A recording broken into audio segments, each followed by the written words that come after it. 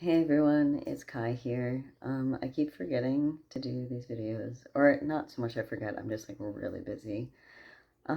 So this is my 4 months on T video. It's actually a little bit past 4 months. It's like 4 months in a week.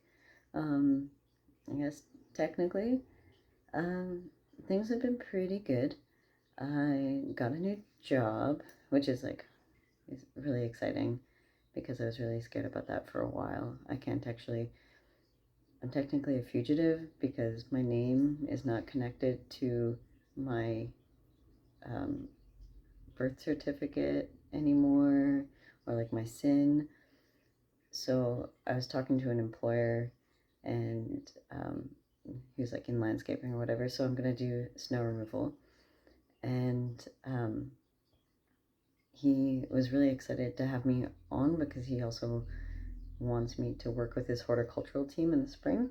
So that was pretty exciting. There's an actual horticultural team, which is really cool. Um, and we're going, and what he's going to do basically is like either e-transfer me or send me a check and then just put it through the government once my information stuff comes in. Um, and he said that that's not a problem, which is great. And he refers to me as Kai because I did put my birth name on my application, but then I put in quotes Kai, and he instantly was like calling me Kai, and he asked me about the name, and and so that like it seems like they're pretty accepting and stuff, which is really exciting. Um, what else has changed? I don't know. I'm still in school and things are busy. Oh, I went home to Newfoundland um, to visit my family, and that was fun. Like it was interesting um, because I wasn't sure how people were going to react to me. Like because I don't know if there's like a huge change in me or not. Um, Sometimes I don't think there is, but like other times I'm like, wow, like my voice is really deep now. So it's funny. I was trying to like heighten my voice while I was there initially, especially to try and make sure that I didn't make people uncomfortable. I guess. Um, and I had a good chat with my mom uh, about things. I mean, it was brief, but it was good. We like talked about a couple of different trans things because initially no one was talking about like the elephant in the room, and I didn't even know like if my dad knew I was trans. Like I was like, I have no idea what this is gonna be like. But I did notice like when they picked me up at the airport, my dad was kind of like looking at my face for a minute, just like kind of confused. But he was like calling me Charlie and stuff. And I mean, we'll get there. It's like it's a difficult thing, changing everything over from someone that you've known for like 30 plus years, and I get it because I also sometimes will forget my name, and then we'll just be stuck going like, I don't know, like what like I don't know if I should go, by my birth name or by Kai when I introduce myself to people or Charlie or whatever. So yeah, like I'm often, I'll get stuck for a second. Um, and then I'm like, no, this is who I am, Kai. And yeah, so that was good. And um, I think it's tricky, but like I felt like I had a really good time, and I really like my brother and I were chatting and really getting along, and that was awesome. Um, and I think it was just like showing them that I'm not any different. Like I might start to look different, but me as a human, I'm not any different. If anything, I'm more me now, or I feel more confident in being me because that's matching how I feel about myself internally. So the external is matching the internal. Um, what else? I am going to get my blood work today, my 4 month halfway point blood work to give to my endocrinologist because I have an appointment with her next week to make sure my T levels are all good. My voice is deeper, and it ebbs and flows, which is really funny because like sometimes it'll be like a little bit higher, and other times it's like goes really deep, and the voice cracks are really annoying. They make me feel like super insecure when they happen because it's just like like goes really high, and I find that really funny. I also am developing like an Adam's apple, which is pretty fucking dope. Like, let me see it, it's right there. And that's really exciting to me. Um, I also have been getting more facial hair. I'm like freshly shaved right now. But if I don't shave for 3 days, it's all coming in here. It needs to like fill in on my cheeks, but most guys like going through puberty, they don't get like a full beard in the first like year or whatever. So I'm trying to be patient with that.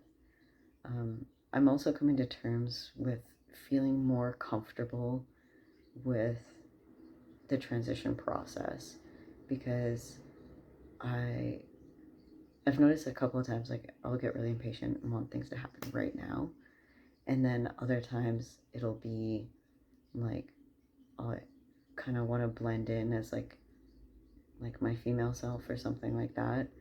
So that's like um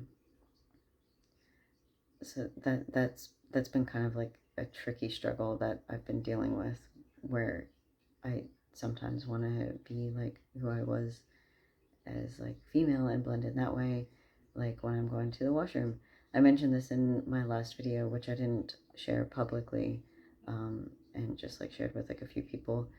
But men's washrooms are an interesting like sociology experiment. Um, and I talked a little bit about like how men like don't wash their hands often, and I talked to my brother about this, and he was like, "Yeah, we resort to monkeys. Like we need women around to ground us, kind of thing." And I thought that was pretty funny, but yeah, like they go into the stall and they like grunt and like make all kinds of like really gross noises, and then they often don't wash their hands, or they'll like go in and like just like cold water rinse them, and I was like, that's so fucking gross. So, um, like when I look more like a man, I guess I'm probably gonna be like standing in the bathroom, being like, "Did you wash your hands?" And I was like, "Oh, that crazy little guy's here again, asking everyone if they wash their hands." But like, it's gross. I'm probably like never gonna shake hands with people ever again, men in particular. I'm just gonna like bow because germs and gross. And the logic behind it for them is like, well, like, like nothing touched my hands. And it's like, but your dick touched your hands. You should probably wash your hands. Because that's kind of gross. Um, but yeah, a little tidbit of information of what it's like going into a men's washroom compared to a female's. And I just like hate like gendered washrooms in general. But if you want the link to the last video, I talk a little bit about like some dysphoria stuff, like when I was traveling to Ontario and how it was like tricky and how pronouns are important and all this kind of stuff. So if you want the link to that, I can send it to you. Just ask. Um, I have been coming to terms more with top surgery and getting excited about that. Um, like aspects of my chest are changing and I'm losing, like the fat is redistributing, so my chest is smaller, and I'm getting like a more veiny and more muscle definition, and that's really exciting to me. And I have gotten back to working out a little bit, like doing some like upper body strength core training stuff, and seem to be getting results pretty fast again there, so that's really exciting. And I have started looking at a list for top surgery for whenever I end up going to get that. So that's another thing that'll probably be in the 5 month video, is I have to talk to my endocrinologist about the process for that, because I have all of like my paperwork, but I don't really know where to go from here with that. Yeah, I mean, that's it. Like, I'm happy with the changes as they're happening, and I'm happy that, everything's not instantaneous, because you realize things like traveling before you have your stuff changed over. If I instantly looked like the opposite gender might be kind of tricky, and just like allowing other people time to adjust to the changes, and allowing myself time to adjust to the changes. Like, there is a reason that puberty doesn't happen overnight. Like, not only would it be physiologically really intense, but I think mentally it would be like really crazy if, you know, one day you wake up and you're like a kid, and then the next day you wake up and you are like a full-fledged adult, and that would be difficult. But I'm just like embracing them at this point. I have a couple of really great books that I've been reading. I've been reading there's one called You Are Trans Enough, which is really great. And I also, I think I have it here. Let's see. Yes. So it's called Yes, You Are Trans Enough. It's really good, and for anyone, like, especially if you're like non-binary, which I am. I go by like he, they, but I'm like mask presenting non-binary, because I don't like not identify with the female aspects of myself. I actually quite like a lot of them and embrace that. And I think for people who are non-binary, this is a really difficult thing to navigate, going through the trans community. So it's just like really validating, which is cool. And I also have another book which is placed underneath my cell phone right now, so I'm not gonna like take that out. But it's a workbook by Annalise Singh, and so it's like for navigating your sexual orientation and gender expression. And I just picked that one up yesterday, so I can kind of let you know how that goes as I work through that one. But I think that it's like really important to get your resources as like someone who is like trans, or like, non-binary people are still trans. Like, it's like, it's still like the trans like spectrum, or whatever. And whether or not you choose to medically transition is completely like individual, and it's a very personal decision. But even if you're non-binary, you're still considered trans. And I think that we tend to forget about those people a lot, just because they're not going through medically transitioning. But however you choose to express that is completely your choice, and you should embrace it. And however you feel comfortable, like, go with that. Um, so yes, if you are trans, you feel like you fit in with people who are trans, you don't quite fit with whatever gender you were assigned at birth, then you are trans enough. Is basically what that book breaks down. It's really validating, which is cool.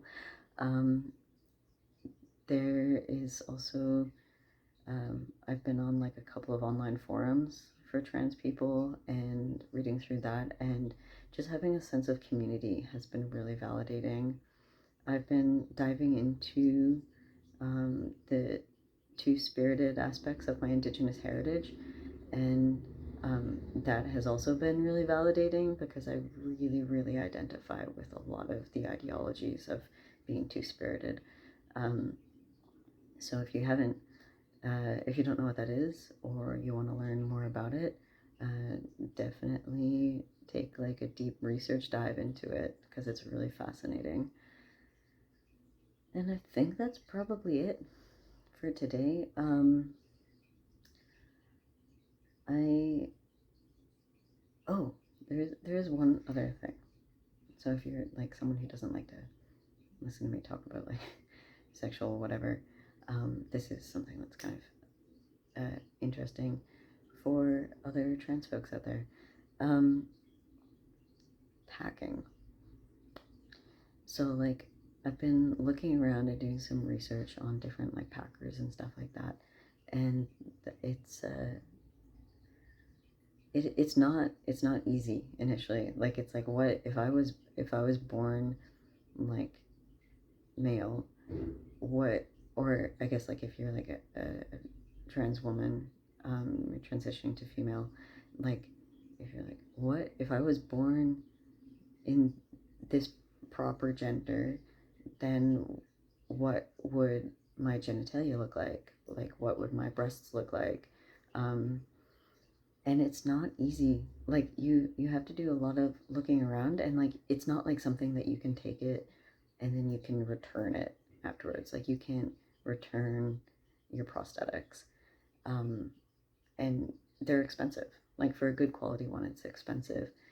So I like realized that it's not super easy. So if you have like a sex store or something near you, go there and like see the different types that they might have. Like here we have a shop um, that has like gender affirming things, and yeah, like go and like feel them and stuff. Like don't just like order them online, because I made that mistake with one of mine and I haven't been able to wear it because it makes me too dysphoric. Because it doesn't feel like it's mine. Like it doesn't feel like it's attached to me. Like it feels like it just feels wrong. Um, and yeah, I mean that is just one other thing that I've been uh, trying to navigate and figure out for like bottom dysphoria stuff. Um, yeah, okay. I think that is where we will end this video, because there's not a whole lot left. Um, Getting hairier. I have like a treasure trail thing. My hair is getting darker and thicker, and I am growing some of it out and shaving other parts off. But I'm hoping that, eventually it'll all match for me and I will feel good and confident in that. But I'm just taking it like day by day at this point and really trying to embrace all of that. All right. Thanks, guys. See you in another month. Bye.